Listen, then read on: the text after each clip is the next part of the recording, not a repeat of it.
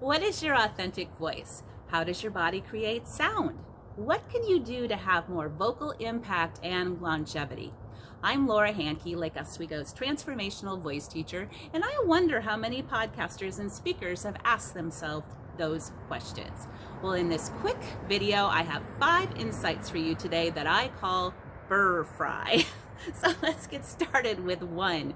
B, breathe. Did you know you can breathe wrong? Like this. Taking shallow, rapid breaths with a tight neck and shoulders is not going to do your voice any favors.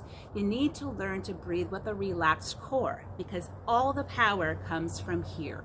So think of the breath as the river that's carrying the sound of your voice. And bonus, if you're a little nervous, taking 3 to 5 deep breaths can take your brainwave state pattern from beta to alpha, so you will be far more relaxed. Which brings us to 2, R, relax. Well, your whole body is your vocal instrument, but for our purposes today, think about relaxing the core and everything from here down to your collarbones. You can just kind of pretend like you just got back from the dentist and you had a filling and everything is still numb. And for singers especially, maybe kind of go like this. Just stick that tongue out, relax it, and go, especially important for singers, but speakers, you want to take care of your vocal instrument as well. So let's talk about F, fry, for whatever you do, don't speak in vocal fry, which sounds a lot like this. See, my voice is pulled back in my throat, so to speak. My pitch is too low, my onsets are terrible, and I have absolutely no resonance, which is the next one. R for resonance. See, this is what classically trained vocalists call being in the mask or the buzzy spot.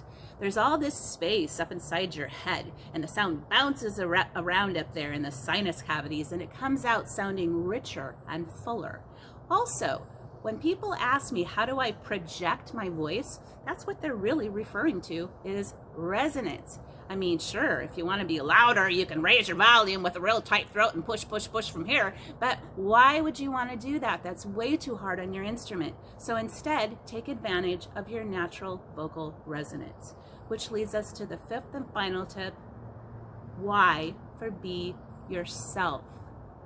You're not just a talking head.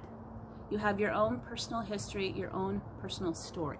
So along with breathing and using your resonance and learning to relax, sink into your heart for your own emotional expression and vulnerability, because that is how you are most going to connect with your audience and bring your inner voice into the outer world. So to wrap up, BRFRY, breathe, relax, avoid vocal fry, be resonant, and be yourself. If you enjoyed this video today, please give it a like, make a comment, pass it along to your friends. Thanks for joining me, and you can find me at laurahandke.com.